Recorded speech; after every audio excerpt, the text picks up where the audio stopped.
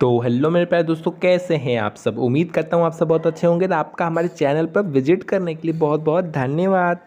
तो आइए आज की टॉपिक को स्टार्ट करते हैं। आज की टॉपिक में यानी कि आज की वीडियो में हम देखने वाले हैं एफ ब्लॉक के एलिमेंट। क्यों देखने वाले हैं? क्योंकि ये एक फरमाइश पे बनाई जा रही है वीडियो, वरना मैं इस वीडियो को तो बाद में ही बनाता। पहले जो हमने कोऑर्डिनेशन कंपाउंड यानी कि आईपीएससी और उससे संबंधित ईएएन नंबर, ये सब भी बहुत इंपॉर्टेंट टॉपिक है जो कि परीक्षा में पूछे जाते हैं, काफ़ी इंपॉर्टेंट चीज़ें हैं। तो वो सीरीज चल ही रही थी, लेकिन उसी बीच ये फरमाइश आ गई है, इसलिए मैंने इसको बनाया है। तो जिन्होंने कोऑर्डिनेशन कंपाउंड या आईयूपीएससी कहा था वो चिंता ना करें, उसकी भी वीडियो पढ़ती जाएगी। अब बात स्टार्ट करते हैं एफ ब्लॉक की। तो देखिए, जैसा कि आपको भी पता है कि एफ ब्लॉक से क्या क्या क्वेश्चन बनते हैं। सबसे पहले तो ये जान लीजिए कि इसके इलेक्ट्रॉनिक विन्यास को पूछ देता है, यानी कि इलेक्ट्रॉनिक कॉन्फ़िगरेशन को पूछ देता है। और वो आप तभी कर पाएंगे जब आपको इन एलिमेंट्स के नाम याद हो, कौन कितने नंबर पे है, इसके इलेक्ट्रॉनिक मतलब क्या कहते हैं परमाणु क्रमांक यानी कि एटॉमिक नंबर याद हो, तो ही आप कहीं इसका इलेक्ट्रॉनिक कॉन्फ़िगरेशन कर पाएंगे। इस हिसाब से सबसे पहले हमने इस एलिमेंट को याद रखना है, चाहे वो आप शॉर्ट ट्रिक के माध्यम से रखें और चाहे आप पूरी तरीके से याद कर ले, वो आपके ऊपर डिपेंड करता है। तो आइए आज की वीडियो में हम सबसे पहले इसको किस तरीके से शॉर्ट ट्रिक के माध्यम से हम याद रख सकते हैं बहुत आसानी से, पहले वो समझेंगे। उसके बाद हम इसके इलेक्ट्रॉनिक कॉन्फ़िगरेशन को देखेंगे और साथ ही साथ ये किस तरीके से एफ ब्लॉक को बाहर क्यों रखा गया है, वो सारी चीज़ों को समझना स्टार्ट करते हैं। सबसे पहले ये समझते हैं, जो कि जनरली बहुत सामान्य सा क्वेश्चन हमारे मन में उठता है और उसका बहुत सामान्य सा उत्तर भी है कि इस एफ ब्लॉक के एलिमेंट को, या जो ये एफ ब्लॉक पूरा ग्रुप है, इसको बाहर क्यों रखा गया है, पीरियोडिक टेबल के बाहर क्यों रखा गया है, इसको उसी में क्यों नहीं किया गया है। ये जो बीच में 57 से 72 का ये जो गैप दिया है, ये गैप क्यों बना हुआ है, वैसे ही इसके जस्ट नीचे वाला गैप क्यों बना हुआ है, क्यों नहीं इसको यहीं रखा गया है। इस तरीके की बहुत ही सामान्य से क्वेश्चन हमारे मन में उठते हैं। तो इसका देखिए बहुत ही सामान्य सा उत्तर ये है कि इसमें जगह न होने की वजह से, यानी कि स्थान के अभाव होने की वजह से इसको पीरियोडिक टेबल से बाहर रखा गया है। इसको वहाँ पे जगह नहीं दी गई, वहाँ पे जगह दिया जाता तो सारा कुछ उल्टा सीधा हो जाता है। इस वजह से इतने पार्ट को निकाल के बाहर रखा गया है। तो इसीलिए इसका नाम एफ ब्लॉक पड़ा है। उसका भी रीज़न है कि जो इसमें अंतिम कोष के इलेक्ट्रॉन हैं वो आपके एफ ऑर्बिटल में भरे जाते हैं। तो ये भी कहानी ख़त्म हो गई। उसके अलावा एफ ब्लॉक आपके दो ग्रुप में या दो सीरीज़ में बांटा गया है। एफ ब्लॉक को दो सीरीज़ में बांटा गया है, एक आपकी लेंथेनाइड सीरीज़, एक आपकी एक्टेनाइड सीरीज़। दोनों को देख लेंगे, दोनों ही सीरीज़ में 14 एलिमेंट हैं, यानी कि 14 एलिमेंट आपके लेंथेनाइड सीरीज़ में और 14 एलिमेंट आपके एक्टिनाइड सीरीज़ में है। साथ ही साथ आप लोग ये भी जानते होंगे कि एस में सिर्फ अधिकतम 2 इलेक्ट्रॉन रख सकते हैं, पी में अधिकतम 6 इलेक्ट्रॉन रख सकते हैं, डी में अधिकतम 10 इलेक्ट्रॉन रख सकते हैं और वैसे ही एफ में अधिकतम 14 इलेक्ट्रॉन रख सकते हैं। वही इसका रीज़न भी है।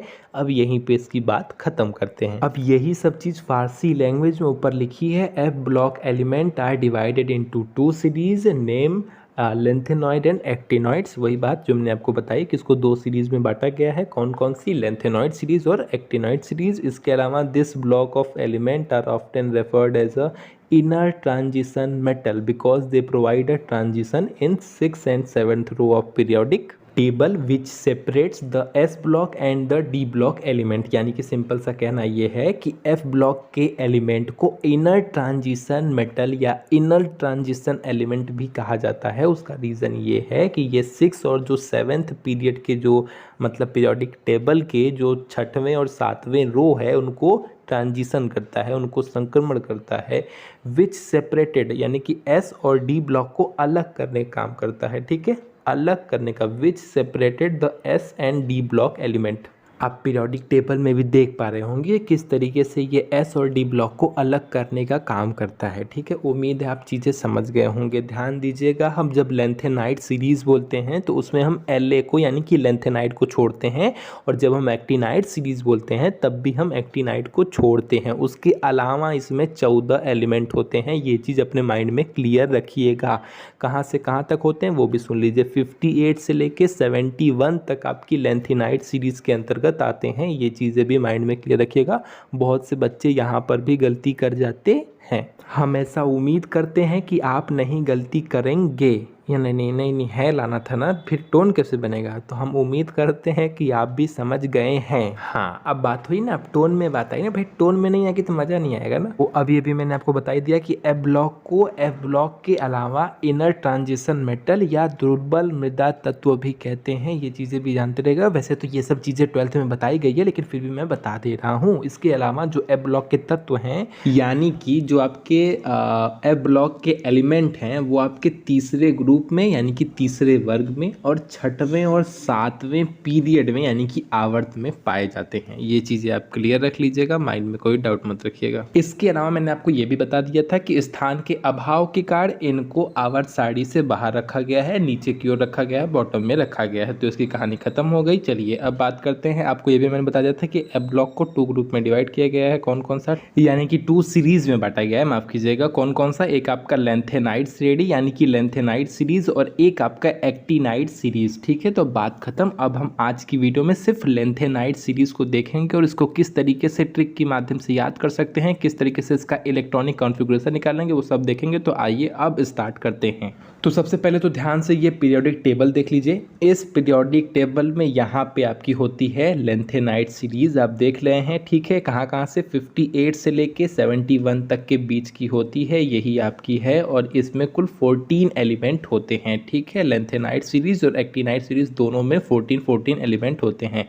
चलिए अब बात करते हैं इनको याद करने की। ध्यान दीजिएगा, जब भी हम लेंथेनाइट सीरीज की बात करते हैं तो उसमें लेंथेनम ऐड नहीं होता है। वैसे ही जब हम एक्टिनाइट सीरीज की बात करते हैं तो उसमें एक्टिनम ऐड नहीं होता है। ठीक है, ये अलग से 14 आते हैं। ठीक, अब बात की जाए इनको याद करने की ट्रिक की, तो बहुत सिंपल सी ट्रिक है। देखिए हम एक बार बोल रहे हैं, सुन के ही आपका मन गदगद हो जाएगा। ठीक है, ध्यान से सुनिएगा। सीने पर नदिया प्रेम की समाई, इसमें गदगद दिल तब हुआ जब इर्टिगा तुम यारो लो। तो उम्मीद है आपको सारी चीज़ें समझ में आई होगी सिवाय इर्टिगा की। तो इर्टिगा एक कार का नाम है। ठीक है, कार का नाम है इर्टिगा। अगर इसका मन नहीं होगा तो आप ई की जगह कुछ और रख लीजिएगा। मेरे हिसाब से इर्टिगा ठीक है, क्योंकि एक कार का नाम है, आपको याद रह जाएगा। एक बार फिर से बोल रहा हूँ, सीने पर नदिया प्रेम की समाई, इसमें गदगद तब दिल हुआ जब इर्टिगा तुम यारो लो।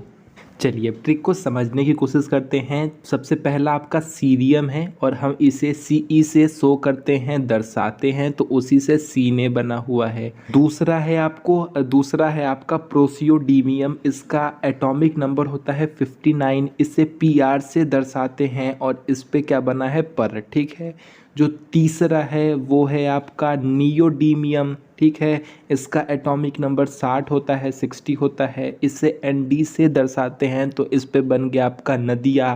फिर चौथा है आपका प्रोमेशियम, इसका एटॉमिक नंबर 61 होता है, हम इसको पीएम से शो करते हैं। फिर समेरियम है, फिर इसको एसएम से शो करते हैं, इसका एटॉमिक नंबर 62 है। फिर यूरोपियम है, इसको ईयू से शो करते हैं, 63 है। फिर गैडोलिनियम है, इसको जीडी से लिखते हैं, इसका 64 है। इसी तरीके से चीज़ें हैं, वो मैं आपको लिख दूंगा, वो आप समझ भी जाएंगे। लेकिन ये इतनी तो बात है ही कि इसके नाम टेढ़े मेढ़े हैं, उतनी आसानी से ना प्रोनाउंसिएट कर पाएंगे और ना ही याद रखता है, ये ना ही याद रहता है। अगर पेपर में ऐसा पूछ दे कि चलिए यूरेपियम का बताइए या समेरियम का बताइए, इसका इलेक्ट्रॉनिक कॉन्फ़िगरेशन बताइए, तो आप कैसे बताएंगे। ठीक है, और सबसे बड़ी बात, जब आपको यूरोपियम पूछेगा तो आपको जाहिर सी बात है आप किसी भी एलिमेंट का इलेक्ट्रॉनिक कॉन्फ़िगरेशन तभी निकाल सकते हैं जब आपको उसका क्या पता हो, एटॉमिक नंबर पता हो। वो पता ही नहीं होगा तो हम कैसे करेंगे। तो इन सब से छुटकारा पाने की एक सिंपल सी ट्रिक यही है कि आप सिर्फ इतना पार्ट भी याद कर लेना, नाम भी याद कर ले, यानी कि सीने पर नदिया प्रेम की समाई, इसमें गदगद तब दिल हुआ जब इर्टिगा तुम यारो लो। ये पूरी लाइन भी याद कर लें और आप ये याद कर लें कि जो लेंथेनाइड है वो कहाँ से स्टार्ट होता है, यानी कि 58 से स्टार्ट होता है और 71 पे ख़त्म होता है। तो आप पूरा अंदाज़ा लगा सकते हैं कि किसी भी एलिमेंट का एटॉमिक नंबर क्या है। एग्जाम्पल के तौर पे आपसे वो पूछ दिया कि आप समैरियम का एटॉमिक मतलब इलेक्ट्रॉनिक कॉन्फ़िगरेशन करिए, ठीक है। तो आप तभी कर पाएंगे जब आपको इसका एटॉमिक नंबर याद होगा। तो समैरियम को आप याद करेंगे, आपको याद नहीं आएगा क्या है। तो अगर आपको टोन याद है मतलब कि आपको अगर ये ट्रिक याद है, यानी कि सीने पर नदिया प्रेम की समाई, इसमें गदगद तब दिल हुआ जब इर्तिगा तुम यारो लो, ये पूरा अगर ये ट्रिक याद है तो इसके माध्यम से आप एस खोज सकते हैं कि कहाँ पर समाई एस एस आ रहा है, यानी कि यही आपका क्या है, यही आपका समैरियम है।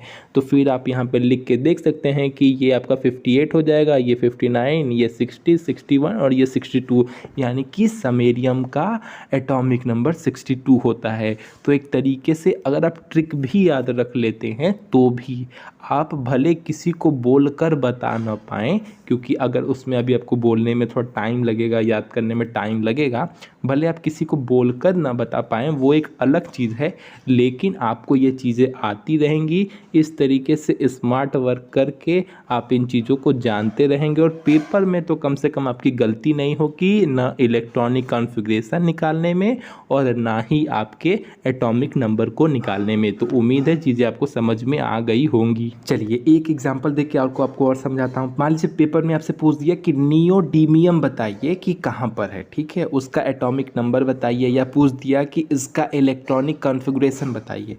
तो आप कैसे बताएंगे, आपको याद ही नहीं है। तो अगर आपको ट्रिक भी याद है और आपको ये पता है कि लेंथेनाइट कहाँ से शुरू होता है, यानी कि 58 से शुरू होता है और 71 पे ख़त्म होता है, ये इतनी चीज़ें आपको पता है तो आपको कोई दिक्कत है ही नहीं।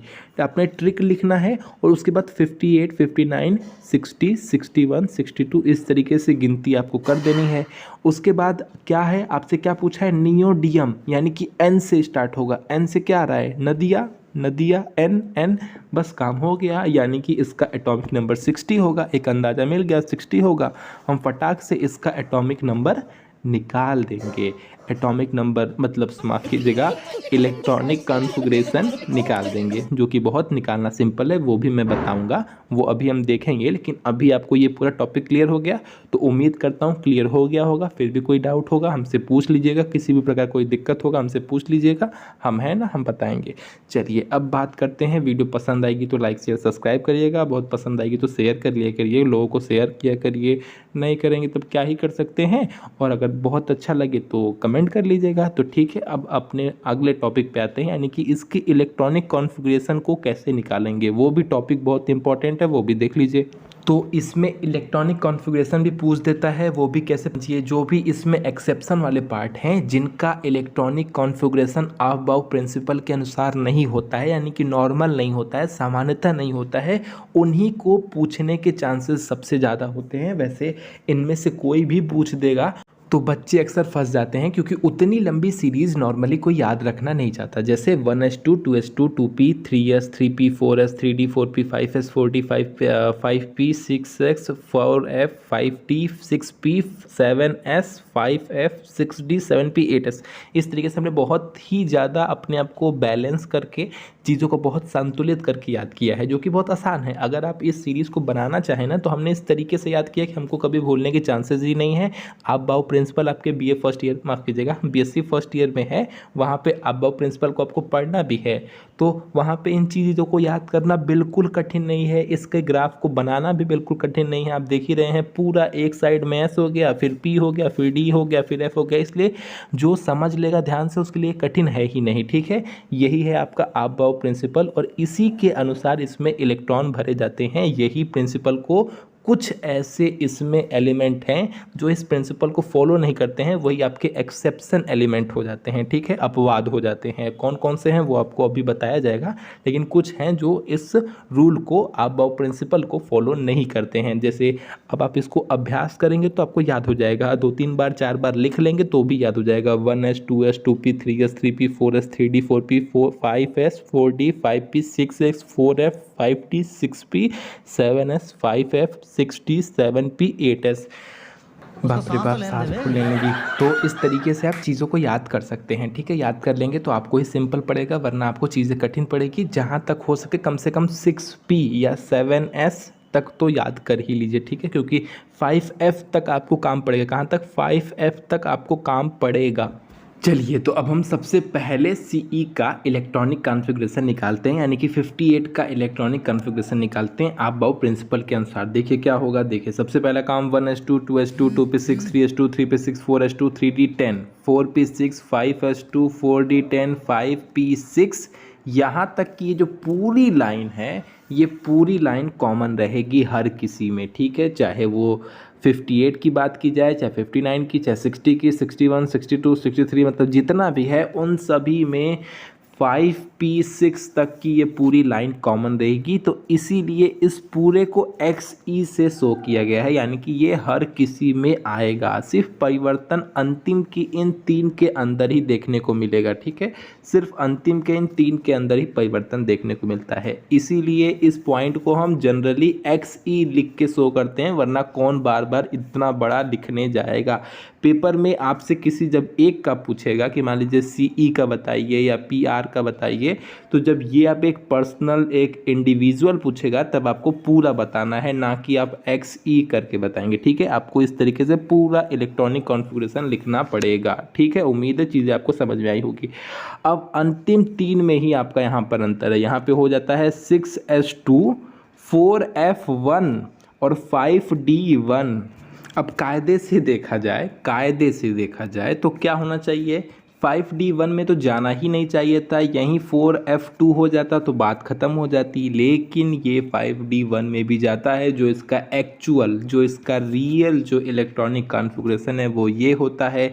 इसी वजह से ये आप बाउ प्रिंसिपल को फॉलो नहीं करता है। अगर आप बाउ प्रिंसिपल को फॉलो करता तो पहले 4f वाले कॉलम को भर देता, पूरा भरा ही नहीं है। आपको पता है कि S में अधिकतम 2 इलेक्ट्रॉन, P में अधिकतम 6 इलेक्ट्रॉन, D में अधिकतम 10 इलेक्ट्रॉन और F में अधिकतम 14 इलेक्ट्रॉन भर सकते हैं। तो फिर यहाँ पे तो हम एक ही हुआ था, भी यहाँ पे 2 लिख देते तो D में जाने की ज़रूरत ही नहीं पड़ती, सिंपल सी बात है। लेकिन इसी वजह से चूंकि ये आबाउ के प्रिंसिपल को फॉलो नहीं करता है, तो ये आपका एक्सेप्शन एलिमेंट है, यानी कि CE आपका एक्सेप्शन है माफ़ कीजिएगा। तो इसके पूछने की चांसेस भी बढ़ जाती है, और ख़ासकर टाइम एग्जामिनर गलती करवाने के लिए ही एक्सेप्शन वाली चीज़ें पूछता है, चूँकि जानता है कि बच्चे अपने नॉर्मली, यानी कि जो आबाउ प्रिंसिपल कहता है उसी के अनुसार इसको फिल कर देंगे। F वाले ऑर्बिटल में ही दोनों इलेक्ट्रॉन को डाल देंगे, ना कि D वाले में, ठीक है। अब इसके बाद से जो भी आपके एलिमेंट आएंगे वो सब आपके आबाउ प्रिंसिपल को फॉलो करते हैं, यही नहीं फॉलो करता है, इसलिए ये आपका एक्सेप्शन है, ठीक। इसके अलावा कुछ चीज़ें मैं आपको और बता दूं, जैसे बहुत सी जगहों पर 4f1 को पहले, 5d1 को पहले और बाद में 6s2 को लिखा जाता है, ठीक है। बहुत सी जगहों पर f और 5d को पहले, बाद में 6 को लिखा जाता है। तो देखिए ध्यान से समझिएगा, जो आबाउ प्रिंसिपल ने लिखने का तरीका दिया है, जो रूल दिया है वो तो यही है, लेकिन हम नॉर्मली उसे ऐसे भी लिख सकते हैं, लेकिन वैसे लिखने पर गलती होने की चांसेस आपकी और भी ज़्यादा बढ़ जाएगी। और ऐसे में कंफ्यूजन में आता था कि कभी कहते हैं ऐसे लिखो, यही रूल फॉलो होगा, और कभी कुछ को पहले और कुछ को बाद में कर देंगे, सारा 3p 3s 3p 3d एक साथ कर देंगे, तो कभी 3s 3p फिर 4s के बाद 3d लिखेंगे। ये सब क्या ही करते हैं, ये क्या क्या कर रहे हैं, ऐसा मेरे मन में क्वेश्चन आया करता था।